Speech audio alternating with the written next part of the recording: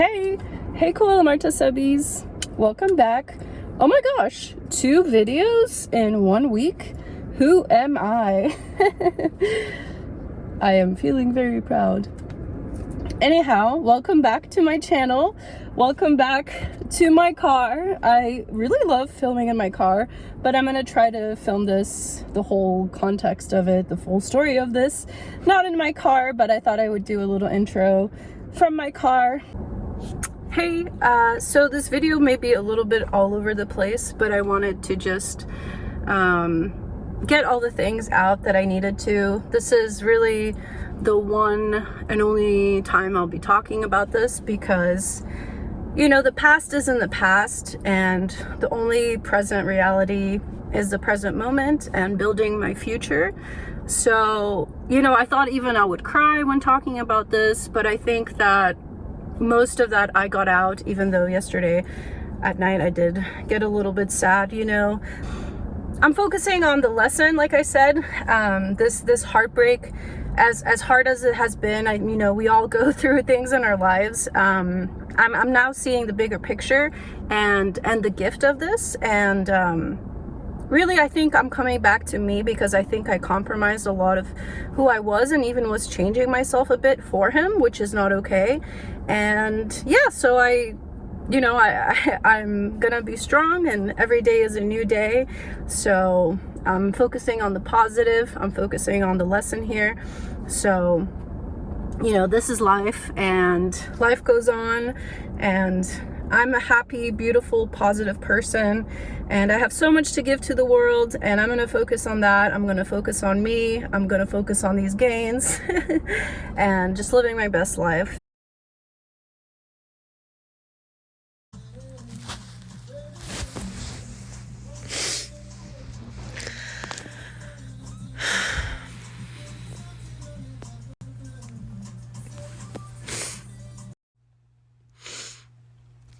Wipe those tears away.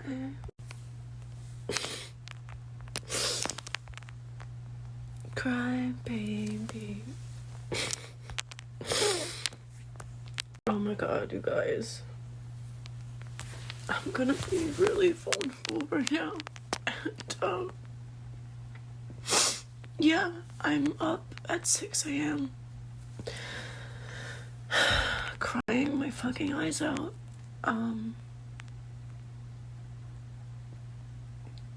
But healing and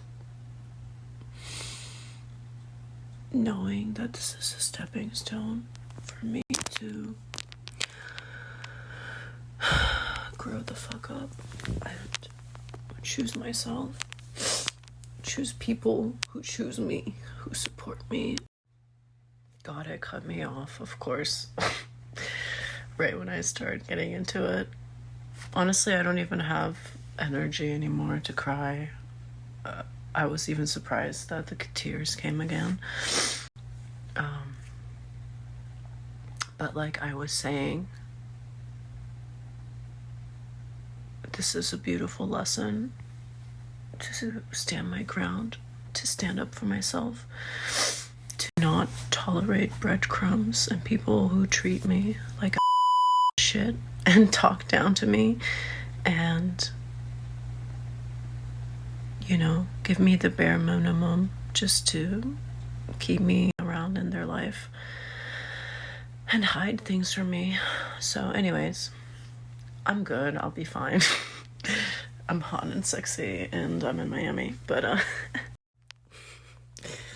this perfect filter right now. But I didn't finish what I was saying. I just wanted to thank everyone for checking in on me, for the honest, sweet messages. I know that we all go shit in life. Oh, my filter went away. But just the compassion and outpouring and realization of that a lot of people have gone through stuff with narcissists, and just feeling the support of friends and people really reaching out to me. It's been very overwhelming in a good sense, and I just want to thank you all. So basically, it's been now about a little over a month since I discovered some things, and nearing a month that I ended a relationship with someone, and this has been the hardest heartbreak I've had to deal with in this life so far. And I'm a very private person. However, I feel that sharing the details of this heartbreak and my story and the things that I'm learning from it is very important for me. And I'm not going to share the details. I'm not here to expose anyone or, him. I'm not here to bash him. I don't have any malice in my heart towards him. I hope that he does well in life. I wish him success and happiness and healing, especially. And what I'm doing this for is more for me, because I keep a diary, and I've been writing in one since I was basically 12 years old. But in a way, this channel is becoming like a diary of its own. I want to do this for me, so one day I can look back and see how far I've grown. I also want to do this for all my homegirls and really anyone that's been going through heartbreak, because it's such an interesting process, because the steps are just like grieving, in the sense that you go through, and it's not linear. You may think you're at acceptance one day, and then you find yourself back to bargaining or denial, and it's a big of a roller coaster. So I'm doing this video also for everyone else that may be going through heartbreak or can relate. And also, I want you guys to know me. I want you to know who I am. I'm not just some random videos on self-help. While yes, that is part of what I want to do and the message I want to convey, I'm also a human being, and that's part of keeping it real and sharing my life and stories. So I just want to invite you a little bit into my inner world, so you know the KoalaMarta better. And that's the preface to this video. It's gonna be a long one, so grab some popcorn for this story time. Stick around, and thank you so much for watching. Also, if you can see this background, I went to see my friend who's a chef at a restaurant here. He's a really cool dude, Juan. He's a close friend of mine. He's like 10 years younger than me, so me and my bestie Jenna, we call him our little baby. But yeah, look at all the artwork, and here Miami drivers. But these are earrings I recently got in Key West. Super cute. Outfit, dresses, because I'm a lady, in the background. But let's get into the story. Enjoy. Like they say, there's no time like the present. So here I go. Story time, like I said. But I'm gonna tell you the story of the heartbreak that I'm currently going through. To be honest, at this point, it's much better. I'm no longer in that super sad period of, crying in the middle of night. I have only been in one serious relationship my whole life. We were boyfriend and girlfriend. It was a very good relationship, albeit I will admit that I have made more faults in that relationship than he has. I lied to him about being okay in medical school, which is something that I lied to my family, my best friends about. That was really the most so far important lesson of my life, is to be truthful. And even when I made the choice to lie to my family and my closest friends about passing, when I was still repeating biochemistry, I knew it was wrong. I was just buying time, and my relationship with him was beautiful, and I was, so to say, blindsided because I didn't see the breakup coming. But in a sense, it was one of the most beautiful lessons of my life, because that allowed me to step into myself and explore who I am. You know, when I moved from Dallas to San Francisco, I worked at the startup that I talked about, and it really was the start of me getting a sense of my own purpose and my own self and harnessing my strength. And in a strange way, even though, forgive the children, it's a park, but in a way, the breakup that I went through just now, even though we were not boyfriend and girlfriend, it also is and now airplanes, it also was a really big lesson for me, because as much as it hurts, and you know, with time it's getting better, I realize now the lesson and profound experience that this was for me, as far as becoming better, taking a deeper look at myself and the role that I play, as far as learning things about myself and what I will and will not tolerate. So that's where I'm at now, and I was not ready to make this video, you know, 2-3 weeks ago when it was really fresh, but at this point I have to come to a very peaceful moment, and I'm not sure I want to say acceptance, because this is a grieving process and it ebbs and flows. And so while I may be at acceptance one day, I will sometimes fall back into, say, bargaining or denial. But I know that, you know, this kind of stuff takes time, and it's only been about a month, so I'm still very proud of the progress I'm making. And first and foremost, I want to say to anyone else that is going through a bad breakup or anything that is a big change in your life, I really want to encourage you to go to therapy. There's no shame in seeking professional help.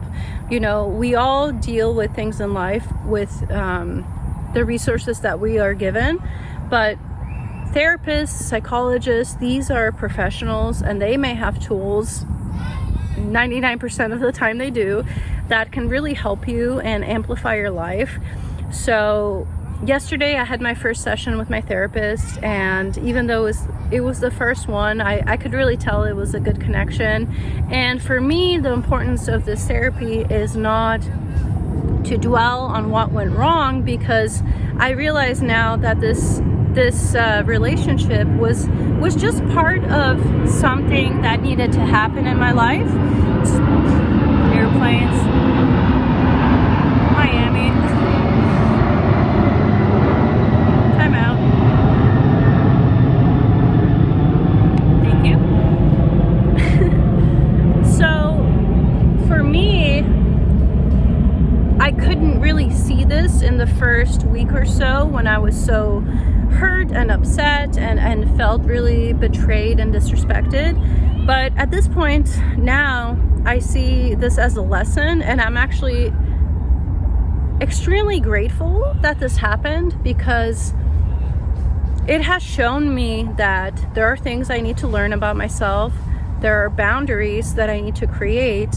I see the role that I played in this, because like I said in the intro of this video, I'm not here to say like, oh, this guy was such a fucking shithead, like fuck him, blah blah blah. And while there were things in our relationship, but more so situationship, that upset me, I also played a role in that by allowing certain things to continue, by enabling certain behaviors, by excusing his poor behavior. So this alone reflects on me, right? Like the things that I have to take a deeper look at myself as far as, you know, what is it with me that I allowed myself for this to continue. And I really now at this point I'm excited, because I want to grow and be more of the person that I want to be, my higher self. So I'm excited for this journey as far as therapy, because I do want to be in a healthy, happy relationship.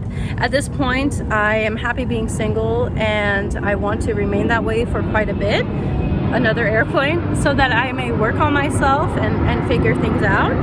But I understand now the bigger lesson in this is not dwelling on the fact that it's over, or me romanticizing some of the high points of the relationship, when really there were many more lows, especially as far as my psyche and me thinking, one, like, what's wrong with me, always worrying about where this is going, certain things that I felt unreciprocated.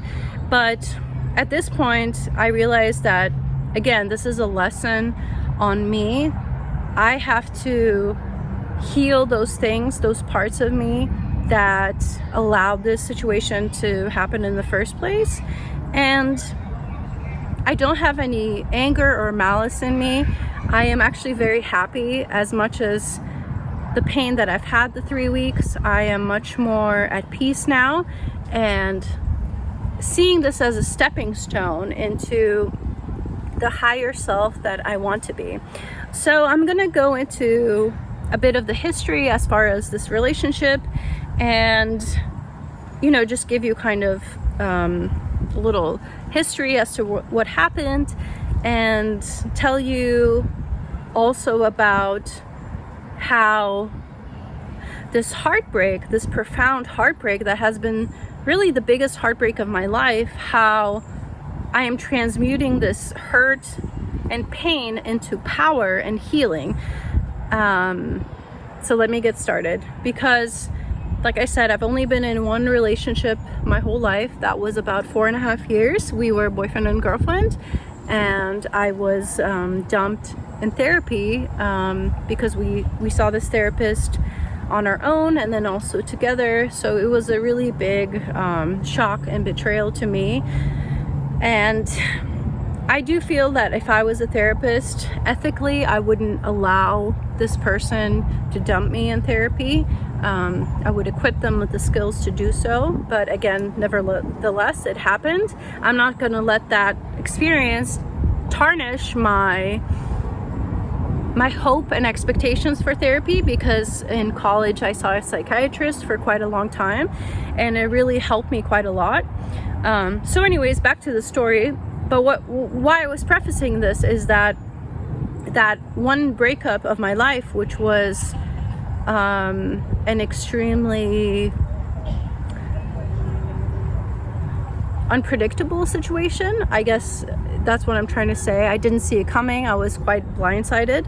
But in retrospect, that was one of the most beautiful lessons of my life, because that's when I really learned to spread my own wings, be my own person, and just really get out of my comfort zone. And I feel that I have grown exponentially much more in the last 3 years since that happened, because I was dumped February 1st of 2019 by my ex-boyfriend, and I feel that I have grown much more exponentially since that breakup than I have in the last 10 years before that. So if that tells you anything, sometimes we really need to be jolted and shaken, as far as it may be hurtful and very upsetting in our lives. It's in those moments that we make the most profound changes in our life. And so that was really a major lesson for me. So going back to this story and this love, I don't want to say quoted. It was love. I really loved him, and I still love him, but I realize now that he's very intelligent, he's very smart, but I think that he lacks the emotional depth and really emotional capacity to meet me where I am. And it is what it is. I really wish him healing. He says he wants to have a wife and a family, but there are certain things that a person really needs to develop, as far as empathy and being able to communicate certain things, if that's what you want, with another person, especially a woman that you say you love. So I wish the best for him, but in our situation, I realize now it was just incompatibility. I think just in the way that in divorce papers people cite irreconcilable differences. So I really understand that term much more now that I went through this, even though I've never been divorced, thank God, and I hope I never will be, because if I ever get married, I just want to do it once and do it right. I have said that since I was a child. But anyways, back to the story.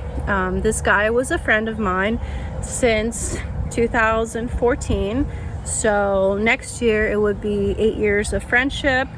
And after my breakup with my ex-boyfriend, we started being friends with benefits. And at that point in my life, since I was fresh out of a 4.5-year relationship and I never had a hoe phase in my life, sorry to mom and dad if you're watching this video, but that was the time that I went into my hoe phase, and you know, I was just having fun, and he was one of the guys I was having fun with, and it was all good, and we had rules established that this was all that it was, and you know, we hooked up, and then we had lots of laughs because we were very good friends from the beginning, as in like 5 years before that, 4 years before that. So it was a good situation. And then about 2 years into that, we started catching feelings, and I think that feelings is something that you cannot control if you are a human being, you know, things just happen. And I'm not even sure if it was me or him first, although he did say I love you first. And slowly but surely, in the course of the last year, we started really developing feelings for one another, and we both stopped engaging physically with other people, if you will. And the thing slowly transitioned into just me and him speaking very deeply to one another, you know. Well, you don't know, but here I am telling you. You know, it's just one of those words that I say way too often, and I edit a lot for my videos. But he said he wanted to marry me. He said he wanted to have children with me, and he always said how extremely deep my compassion and emotional empathy is, and I feel that I helped him grow in a sense as far as his deeper side, his emotional intelligence, and he's definitely helped me become much more outspoken and speak my mind. So things were heading there. Something that I failed to mention in the beginning of this video is even when I first met him, when I was still dating my ex, I thought he was very attractive, but since I was in a relationship, you know, just because someone's attractive, I'm not going to be like, oh, hey, you know. So I was in a relationship and I didn't think more of that. But when our relationship ended, you know, and we started hooking up, but what I'm trying to say is that he was in a relationship when I was in my previous relationship. But I knew the whole time from, I guess, him and my ex, that they were in an open relationship, and that was something that, again, he confirmed to me before we started hooking up, because I in no way am a homewrecker. I would never approach a man that is married. That goes against my ethics. The moment if I see like someone has a wedding ring or lets me know, I'm happy for you. I am not that kind of woman. So he was in an open relationship, and actually later he shared with me that it was her idea, which, not to judge anyone, but that's not something that I would do for a healthy, happy relationship. So anyways, we were, you know, hooking up for maybe 2 years and then caught feelings. And when we caught feelings, things started really changing because, you know, we got really deep as far as the things we said to one another. I've never, even in my previous relationship, you know, I loved my ex, but I never had love on what I call all 4 dimensions, where it was incredible sexual, physical attraction, an incredible mental connection, emotional connection, and physical, just really all four ways, and spiritual too. So I've never really experienced this kind of thing before, and things got pretty serious last year. And so we had a really wonderful time in the summer of last year, and I was in Dallas because he lives in Dallas. I was there for one of my best friend's weddings, and we had a really wonderful morning before the wedding. And then it came to my birthday, September 28th, and he absolutely broke my heart. And if you were following me on Instagram then, you know, I made some poems and posts how he talked about wanting to have a healthy relationship, but you know, I made posts that he wasn't ready because he chose to really break my heart on my birthday. And then seemingly the next day or the day after, I don't even remember, he called me apologizing, saying that he had time to think, that no one really was there for him as much as I have, and we in a way reconciled. And it was so extremely hurtful on my birthday to hear those words and just be so absolutely crushed, because I felt like, oh my goodness, like I found the love of my life, and it was so upsetting. And in a way, I was happy when he reconciled with me, but I still had that hurt of the birthday breakup.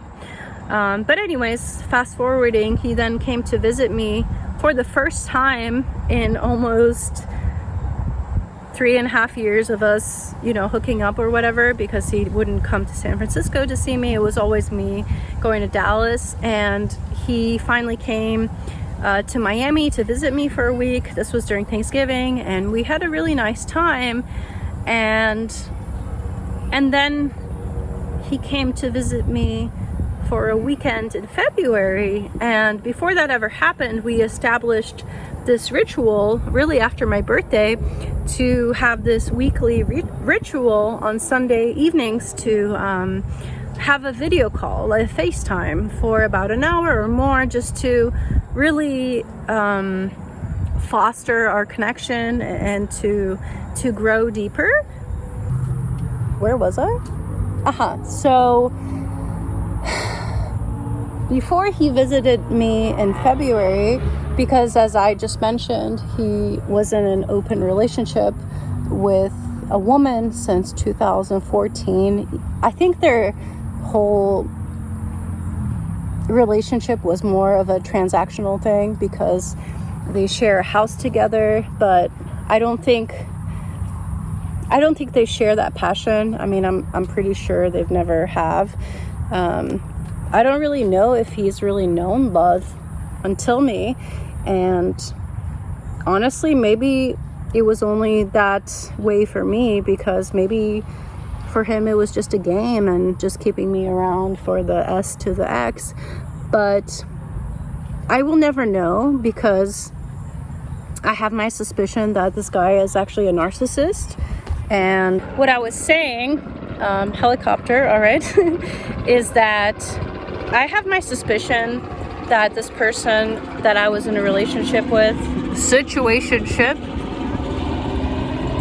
was a narcissist because of their hugely overinflated ego, the way that they would gaslight me and flip things around on me, and then also not take accountability of anything that they did wrong. So I think that they may have been, but at the end it doesn't really matter.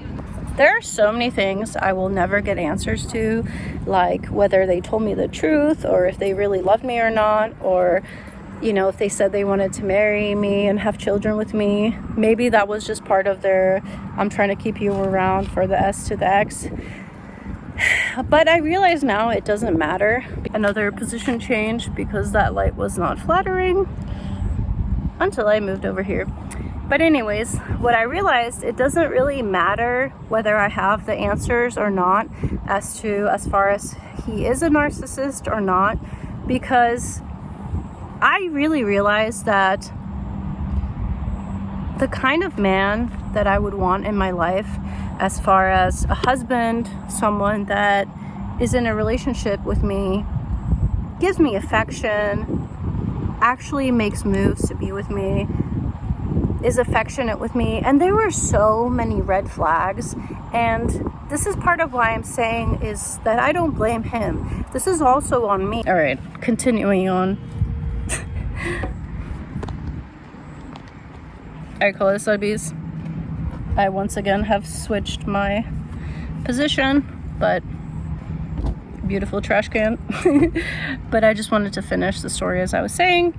So again, I realized the role that I had in this, and there were so many red flags that I ignored, things that my intuition was telling me wasn't right, but I chose to ignore those things because of hope that I had, because I thought he would change. But if you go through so many red flags and so many opportunities and nothing changes, you know, you really have to take a look at yourself and if this is right. So that's exactly what happened in my situation. And in a way, it's a learning lesson, because now I can take these lessons into my future and be mindful. And that's part of why I'm taking therapy, because whether he is a narcissist or not doesn't really matter, but he did display a lot of these covert narcissist traits, and I never ever want to again be in a situation where I feel that I'm the crazy one, because that's kind of what narcissists make you feel. They, with the gaslighting and everything, they turn things around on you. And I'm a person with a genuine soul, a genuine heart. I know my worth, and you know, I don't really have any childhood trauma. I had a really beautiful childhood, which is part of why I felt, I guess, a little bit guilty as far as like, why did I let this situation continue for so long? But as I was thinking and being more kind and gentle towards myself, especially with my therapist, something that she let me know is that, you know, this is all part of life lessons, and something that I will, you know, now really take heed of and never allow to happen again. And so that's my hope, and I'm really excited that I am in therapy. But back to the story is that, you know, he came and visited me again for a quick weekend in February, and then beforehand, when in November we had that week together, you know, I let him know, like, you know, things were fine. They were the way they were when we were friends with benefits. I mean, that's what it was. But given the way that I and you, we both have such deep feelings for one another, talking about a future, talking about marriage and children, it's absolutely not fair and not all right for us to be investing this time in one another when you still have a girlfriend. And I don't mean like girlfriend like that, but that's what she was. They shared a house together, they still do. And you know, if I'm going so deep with you, this is not okay. And I let him know that. And you know, he praised me for my bravery to say that, which isn't really bravery, it's just common sense, you know. And he had a timeline of saying like, yeah, I'll break up with her by the end of January. And then, you know, when he comes and and visits me for the weekend in February, I just simply ask about it maybe the second day on dinner. So I'm just like, so are you single now? Like, did you break up with her? Like, what's going on? And you know, he says no, that like, I guess, I don't know, things got so busy with work, but I still, you know, I give him the benefit of the doubt. And, you know, I can't lie, I'm disappointed, because I don't like giving myself away like that anymore when we're at such a deep point and you still have a girlfriend. You know, that's not okay on any level. And, you know, meanwhile, I've been single this whole time, and I've never lied to the boy, the man, more like man-child, no offense. I said I'm not here to bash, but let me be petty for a minute. And so that was that. And, you know, I said, there was a time, because his birthday is towards the end of March, and I thought I would come out to visit him for his birthday in Dallas. And I said, you know, I'm not gonna see you if you're not single. And you know, he got that, but he also said that you know, he doesn't want to see me. He was upset with me for some reason because of my Instagram posts or something. I was like, okay, whatever. And then, you know, we had our weekly Sunday calls. Basically, we had a FaceTime every Sunday, and on a date that he can't remember because he doesn't remember anything because time is relative to him. But April 3rd, he let me know that that was that day. He was late for the call. He told me that he finally broke up with her and that he moved to the guest room. And it was really strange. I still remember writing in my diary about it because in a way I was happy that he was finally making moves, but I also felt the sadness in the sense for her because even though I don't know her, I only met her once and I don't really even remember it. I mean, I remember kind of what she looked like, but I don't remember much of the meeting. But I just felt sad because in a way, you know, she also had a connection to him and blah, blah, blah. But ultimately, you know, he chose to end the relationship with her, not because of me at all. I don't think she knew about me or that wasn't his MO, but because of differences. He says he wants to have a family and children, and he has shared with me that she does not want to be a wife or have a family. So, you know, as far as relationships, there are certain things that you can compromise on, but this kind of thing, there's just no compromise. Like, how does one person want to have children and the other does not? There just absolutely is no compromise in this situation. So that was his, you know, reasoning for doing that. And he moved on to the guest room. And so this was April 3rd, like I said. And so then May goes on and I go to Dallas to visit him and also my friends because Dallas was the first place that I lived when I moved from Poland, and I have a lot of connections there. So I actually was in Dallas for about 3 weeks. I was there at the end of May. So actually, I think it was about like May 15th or 18th till June 8th, whatever, more or less, más o menos, 3 weeks.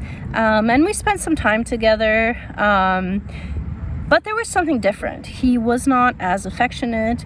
He didn't spend the evenings with me, which actually really upset me because, you know, here we are allegedly with this deep love. And, you know, if I was the man and the girl that I'm crazy in love with comes and visits me, like, fuck yeah, I want to spend like every single moment with you. I'm dying to spend nights with you. And we only ever spent one night together those whole 3 weeks. And it was at my friend's house. And really the whole time I could feel a sense of much more less affection and just kind of a weird distance.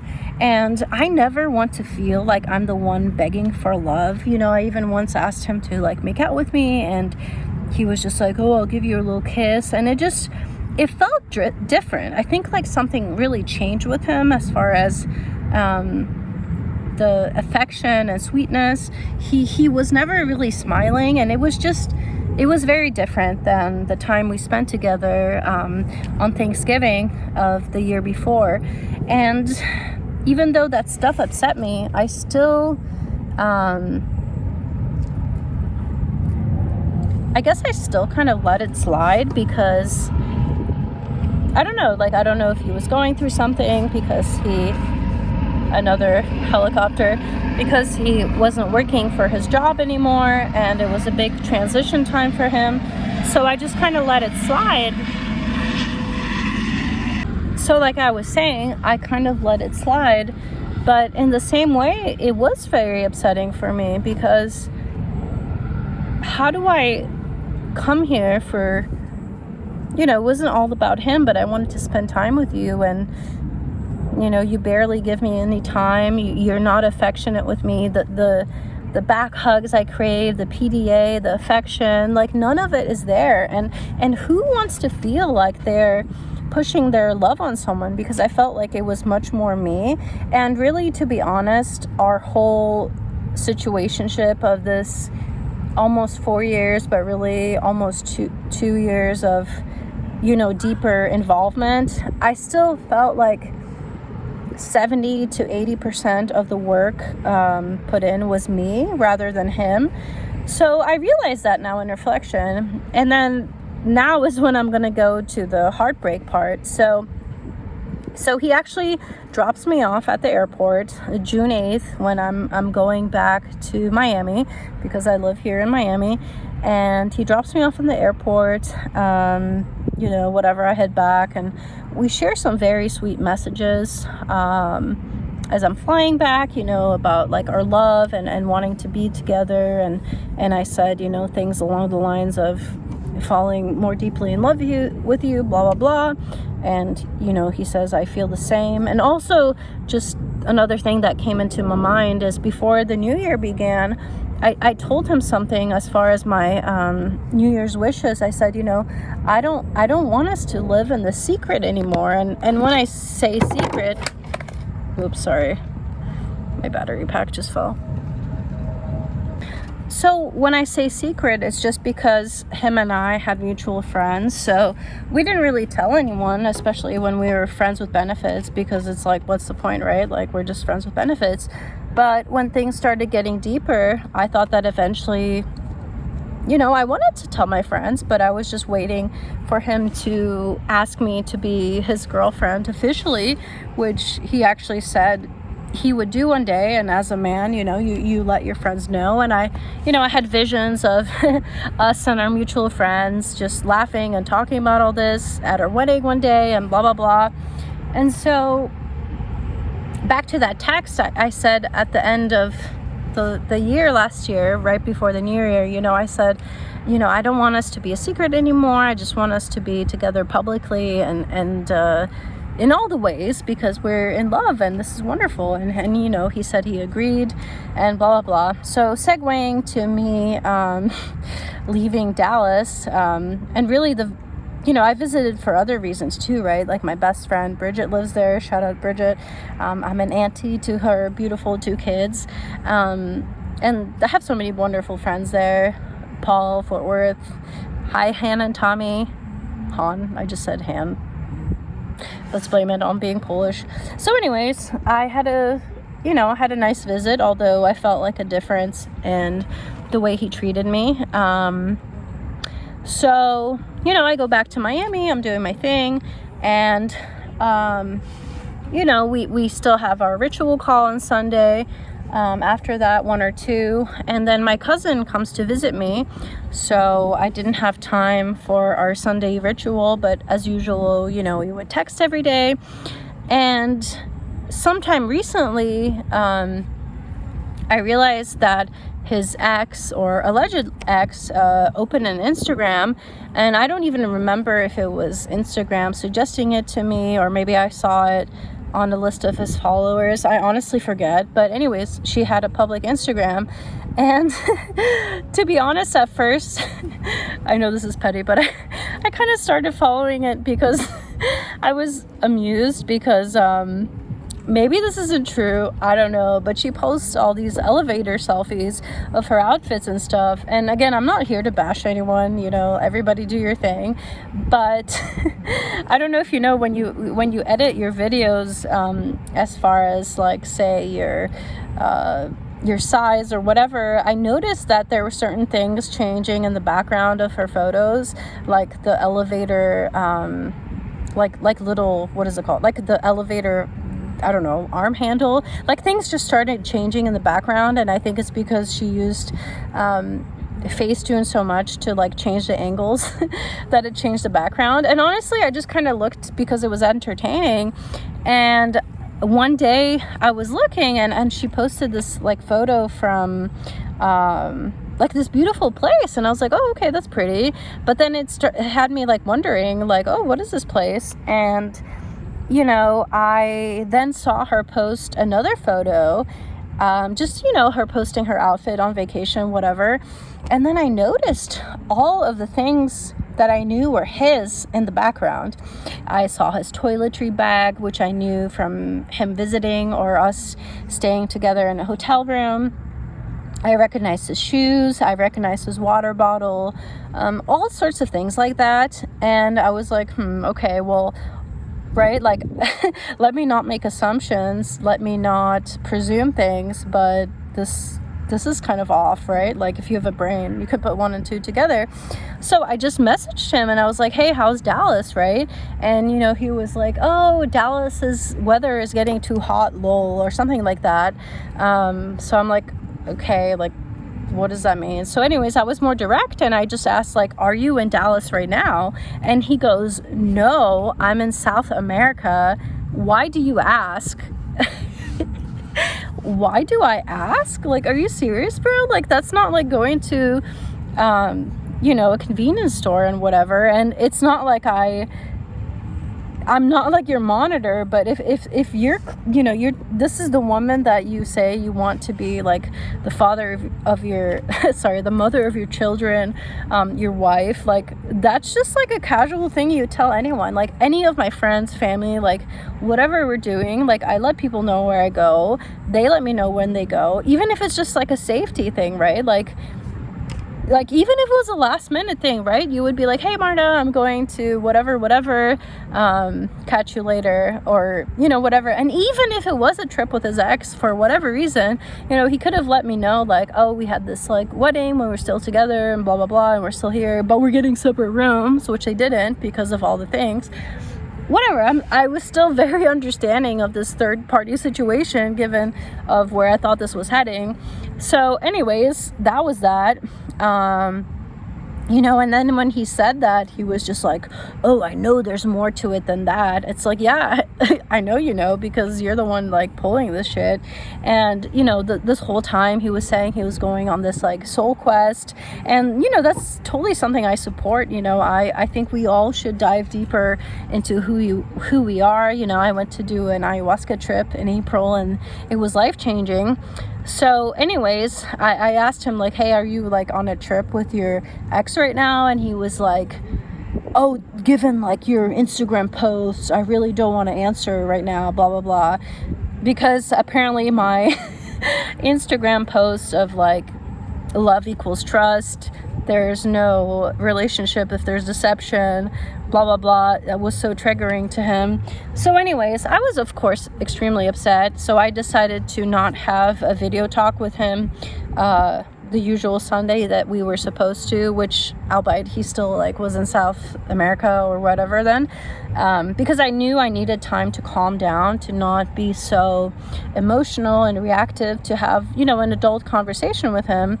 And so I waited, and then on July 3rd, we had a conversation, and, you know, I asked him some of those things, and he basically, to summarize, said that because I was so extremely ugly and disrespectful in assuming things by my Instagram posts, you know, talking about my heartbreak, and I mean, were my posts that triggering? Like, I don't know if you watch my YouTube, maybe you've seen my Instagram, but basically it talks about my heart being broken and that trust equals love, right? Because when you love and trust someone, you tell them what you're up to. And so he literally said that because of me being so cold and disrespectful on my Instagram posts and telling him, talk to you later, when I put and two together, oh my gosh, how offensive. He said that it was not my privilege or right to know anything about his trip. So that alone spoke to me of, man, this is not a mature man. Because if you say that you want to marry and love me, like no matter how you feel, you would take the empathy to realize how this hurt my feelings extremely, how I feel betrayed, because literally, bro, you like went on a trip with your ex or alleged ex. You did not even tell me. I'm sure you probably wanted me to never find this out. And then you blame it on me being a stalker by looking at her public Instagram profile and putting two and to get two together because I see your stuff. I mean, if that isn't narcissistic, I don't know what it is, but whatever, it's man-child behavior. And so when we had this conversation, I really realized that there's no point in me even fighting for this love or whatever, or try to have him understand my point of view, because the way that he was so defensive and really smug and just extremely cold to me, saying stuff like, I gave you ample privilege to do whatever you want and I don't need permission to go on a trip. Bro, of course you don't need permission. I'm a grown woman, you're a grown man. I do not expect you to ask me permission to go any fucking where. Like, what the fuck? I just expect, as any human being, of my closest friends, especially of my lover and someone who I think will be my husband one day, like, that's normal to let me know what the fuck you're up to, especially if you're going on into another country. Like, that's fucking exciting shit. Like, I shared with him that I'm going to Peru months in advance. I told him I'm going to Wisconsin with my friend Paul a bunch of times, and also he waved that over my head that I stay with my ex, that I went on a trip with Paul, my friend, all sorts of shit, which was like so wackadoodle, because if that bothered you in the first place, like, why would you never mention that in the first place? So that was super weird. Just, it was a stench of all these red flags, and that was why I didn't even try to make him see my point or anything like that. I really kind of felt resigned at that point, and I made a promise to myself to not be angry during that call, to not be extremely emotional, and I'm extremely proud of myself because I was able to have a conversation, an extremely difficult conversation, but I maintained my composure. I was calm the whole time, and I just told him that I forgive you, I wish you all the best. I said I forgive myself, because really that's what it was. There were so many red flags that I just chose to ignore because I thought that they would turn green, and they didn't, so that's on me. But anyways, that's the story. I'm gonna finish in my car because it's getting dark. Mwah. Not the best lighting, but I just want to finish this video.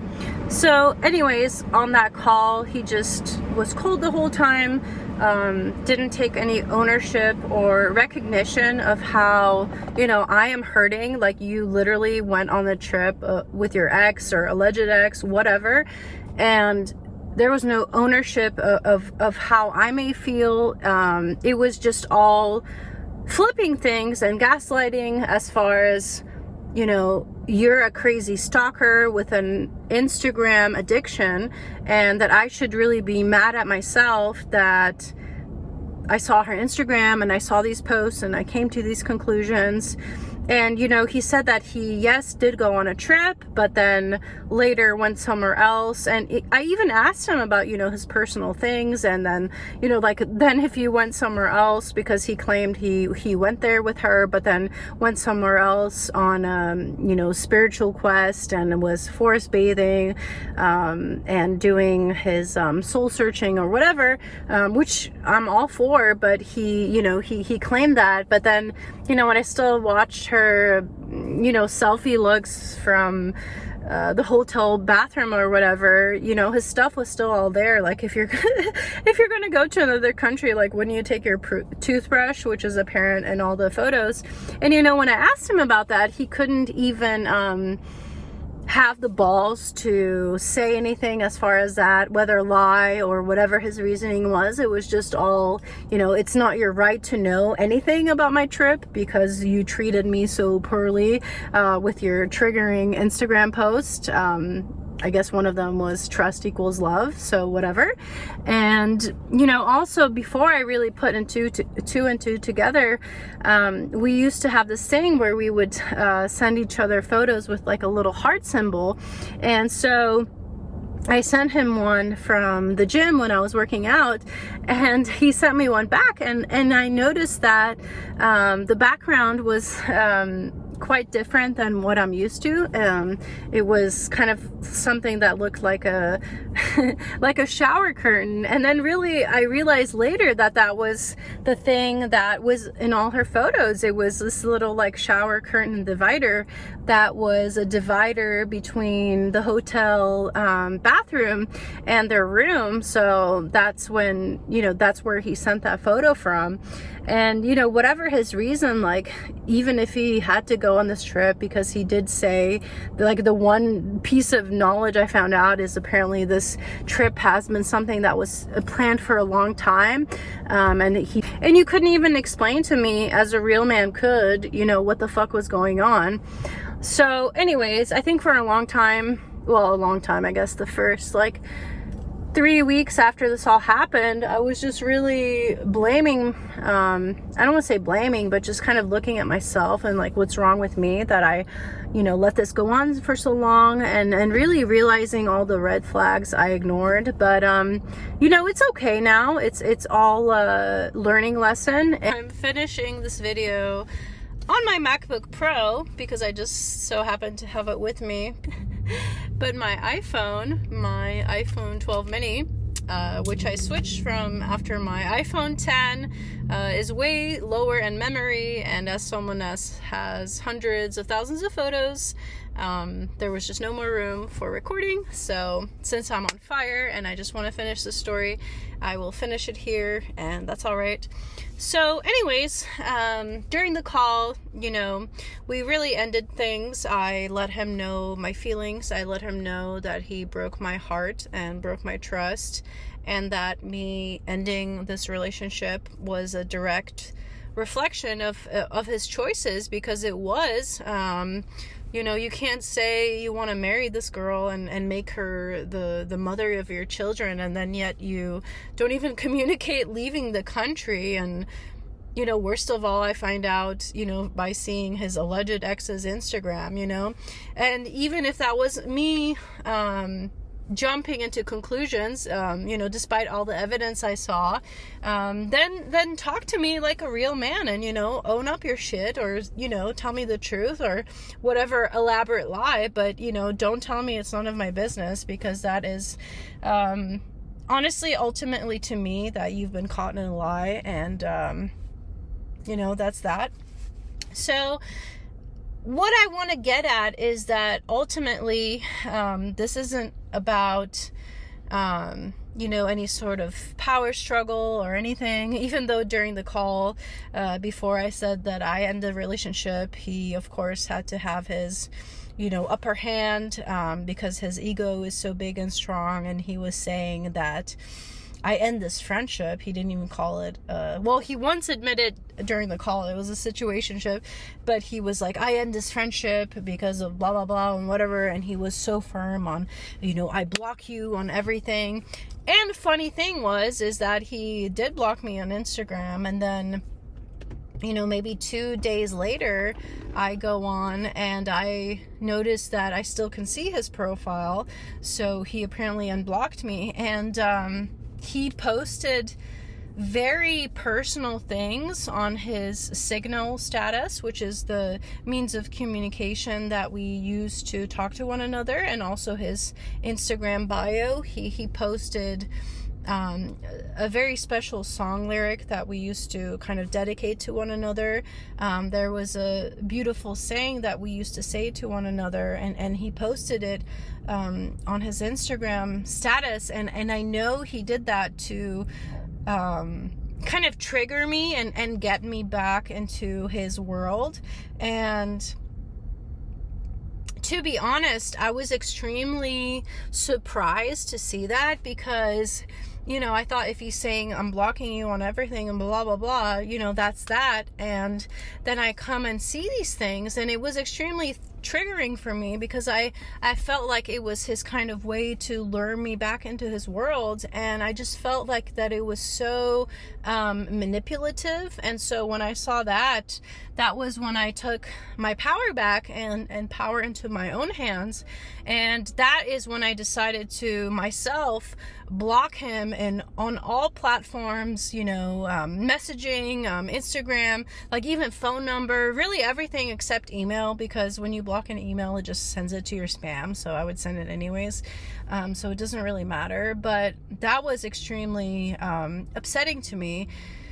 But anyways, you know, now that it's been a month, there was quite a lot of rumination and really me romanticizing the good times, and then still thinking, you know, like, what if he is the one, and like, what went wrong here? But really, you know, I wasn't getting the affection I desired. He wasn't fighting for me like a real man. Like, if you know that you want to be with a woman, like, it's not enough to say those things like, yeah, I want to marry you, I want to like have children with you, like you're my soulmate, blah, blah, blah.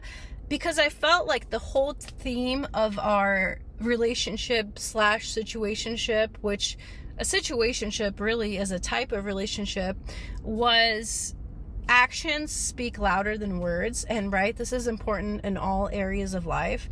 And he would, you know, make all these claims, but then, you know, maybe follow through with 10% or less of them. And even the whole time I felt like our relationship was not an equal give and take. And I even, you know, had some conversations relating to this. I felt like it was, you know, 70-80% of me pulling the weight. And especially when I lived in San Francisco, you know, he didn't visit me a single time. It was all me. But granted, like, this was before we fell in love, but still, again. And so I think when it first you know, hit me, all the realizations, the betrayal, and especially that call when we both ended it, I just didn't have it in me to even fight the fight, because the way that he talked to me, the way he talked me down, almost like a cruel parent talking to their child or something, that's when I really understood that no matter what I say, there's just no getting through to this person. And then in retrospect, you know, in the weeks and days after the July 3rd call, you know, I had all sorts of emotions. But now that more time has passed, I am so grateful, because this is just the beginning. But I'm finally at the stage of seeing this as a most beautiful gift of life and a lesson. And if you, the one who broke my heart, are watching this, I mean, I don't care if you are or not, whatever, thank you. Like, I really want to thank you, because you have set me free. You have sent me back to who I am and embrace more of that. And this is just the beginning, because I've only felt the empowerment of this maybe in the last week or so. But one, it has made me realize, you know, the things that I need to work on myself as a human being, as far as boundaries and, you know, the things that I allow, and like not ignoring red flags. That's why I'm so extremely grateful and happy to be starting therapy, to be able to enforce that, and, you know, stand up for myself and not tolerate poor behavior. So I want to thank you. I want to thank you for this beautiful lesson. You know, I think that in life there are certain relationships and connections that are meant to be our teachers, and kind of also to the saying of, when things upset us about others or make us, you know, feel some type of way, these are really alerts to triggers as far as what we can learn about ourselves. So I'm extremely grateful. You know, I think that in my head, I really romanticized the situation. I put him up on a pedestal. My friend Jenna said that it was a fairy tale, because it was a fairy tale, you know, and that's why they're called fairy tales, because really, you know, a fairy tale is fiction. And I think that in my head, I had all these ideas and hopes, but then when it came to him, you know, following through, it just, it didn't happen. And like, you know, that's okay. And I really did love him. That's what makes it so extremely painful. And I think my attachment, you know, to the idea of, you know, me being his wife and me having, you know, our first child. And in a weird way, I also you know, I wanted him so bad to meet my father because I felt like they really would connect and be best friends. But now in retrospect, I am so glad that my father never met him, because, you know, my father is a real man that takes care of responsibilities. And, you know, not to bash him, but I think he was more of the talk the talk rather than walk the walk. And again, I don't wish him any harm, but I just really realized the lesson in this for me. And I felt that I kind of was losing touch with who I am at my core, in my values, in order to appease him and please him. And so again, I'm just extremely grateful for this lesson. It was a lesson, and I think the universe really had to fucking hit me hard in the face of this fucking slap of wake up, bitch, with this, you know, like him being on a trip with her or whatever, and me discovering that to finally, you know, wake the fuck up, because this was, you know, it was toxic, and there were so many ups and downs, and as much as I wanted to love him, I just always felt this kind of worry and weird kind of thing of like, where is this going? And then, you know, he would never let me know things out of his own kind of accord. Maybe like 10% of the time it was always, you know, me asking. And like, who wants to be loved like that, right? Like, love is a two-way street. Like, life is already fucking stressful enough. Like, relationships should be a respite, a safe place. And I realized, like, I am whole as a person. I don't need anyone or anything to make me whole. I am whole on my own. I fulfill all my needs. I love myself, and a relationship and a potential partner should only be something extra to add to that, not my fulfillment. So it's strange, because I knew all these things intuitively, but in a sense, I kind of stopped living my values when I got really lost in this. And you know, as much as it hurts, it's better now than later. And so, you know, now in a month plus, whatever, you know, I'm working on healing. I'm doing therapy. I'm focusing on myself. You know, I'll go on dates or whatever, but I like being single, and I want to focus on me and, you know, getting my career on track. And I really want to, empower others, grow my channel. Like, I have so many fucking ambitions, you guys. Like, I want to write a book. I'm not saying I want to be famous, but I want to be known. And this is something I was talking to my friend about, that I feel like I'm a little bit of a late bloomer in life, but maybe that's a good thing, because, you know, good things take time. So just wait and see, and you will see. So that's that. I really have talked a shit ton. I hope you had your popcorn and ate it. I hope it was buttery. But that's my update on life. And I'm sharing this because, one, it's like my personal diary. Two, this is my way to express myself. And you know, one day when I look back on this, I want to be able to see, like, damn, girl, you have come so far. Like, if one day I'm happily married, and be like, oh my gosh, like, that was a crazy thing you had to go through.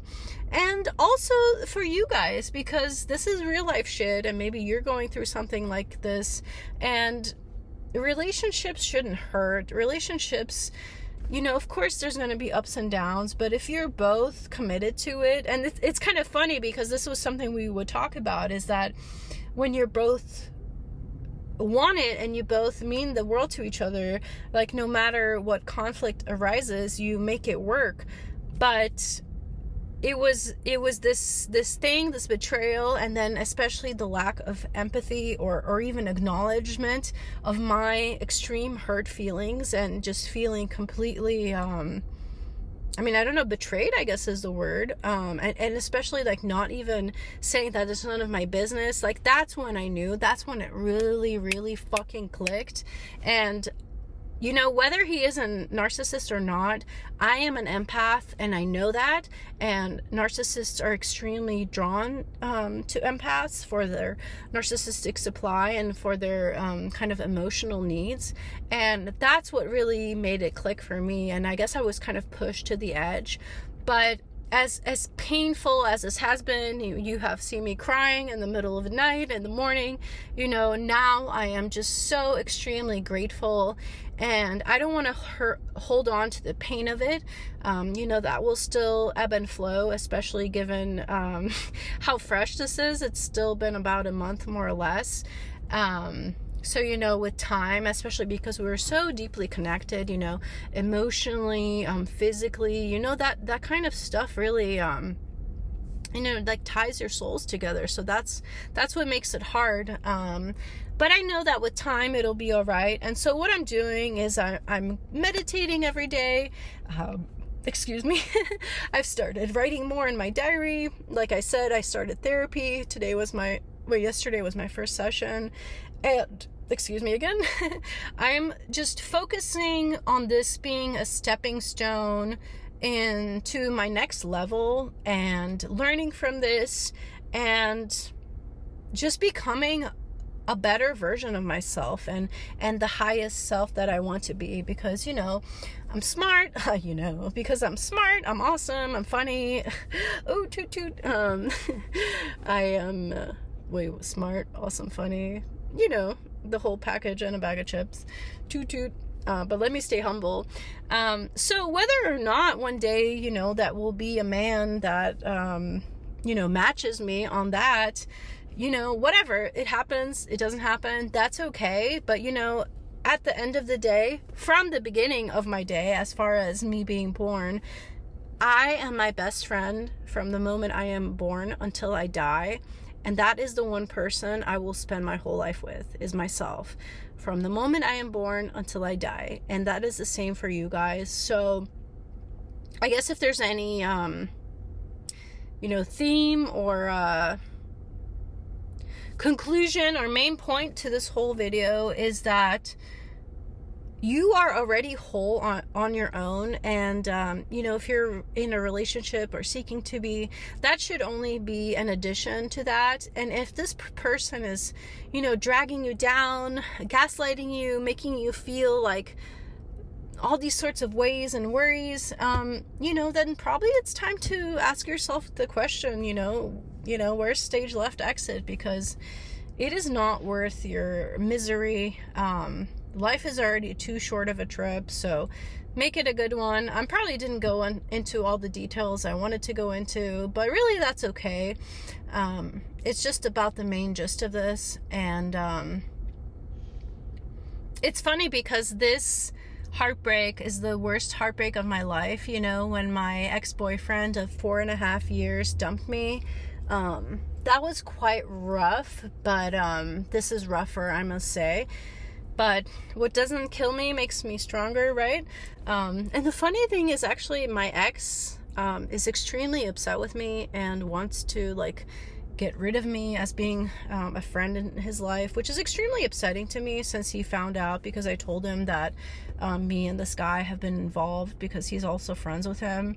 And that's something that I really don't understand, because, you know, so what, like, I slept with a friend of yours? I don't know what the point is, because I would want him happy with whomever he's with.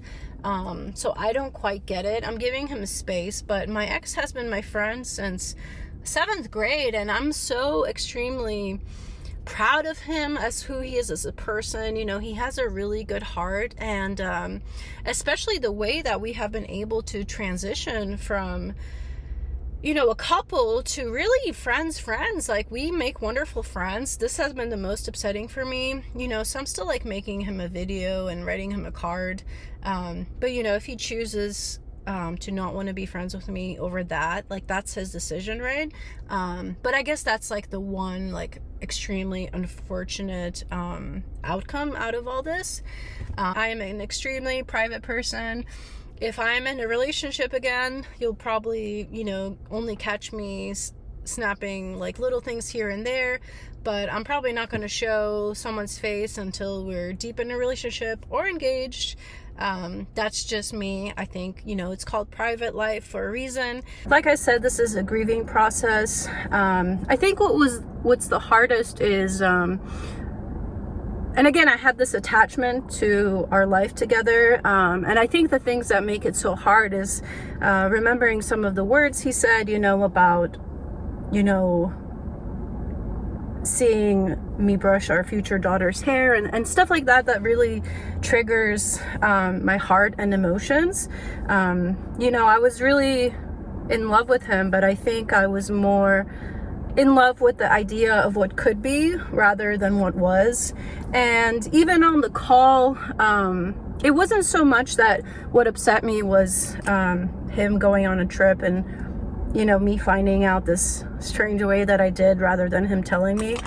I think what was the nail in the coffin for me is just the blatant disrespect during the call when we had our conversation, and, you know, him really talking down to me and talking to me like I'm a child and just being very cold and smug. And it was then that things really clicked in my head that, you know, this isn't something that I want in a partner, to talk to me like that, and especially, you know, to say that it's none of my business and things like that. It was just so completely opposite of, you know, the things that we spoke about in our future together. So I have actually been able to turn that pain into power, you know, and this is only recent, and I'm excited of where this journey is going to go. But I just wanted to share that with you. You know, if any of you guys are going through narcissistic abuse or just a really bad relationship, or, you know, you're questioning whether you want to stay with your partner because, you know, things are not so good, you know, I just wanted to share my story and explain that to you guys. And most importantly, I think this message is that it's the silver lining, right? Like an attachment, you know, something that you think is meant for you, but then it becomes this huge lesson from the universe. So I am just so extremely grateful. I feel better every day. I am focusing on me, I'm focusing on school and all the beautiful things about me, and, you know, just strengthening myself and becoming more in touch with who I am and not letting go of my values, you know. And if this person does try to somehow get back into my life, I will assert my boundaries.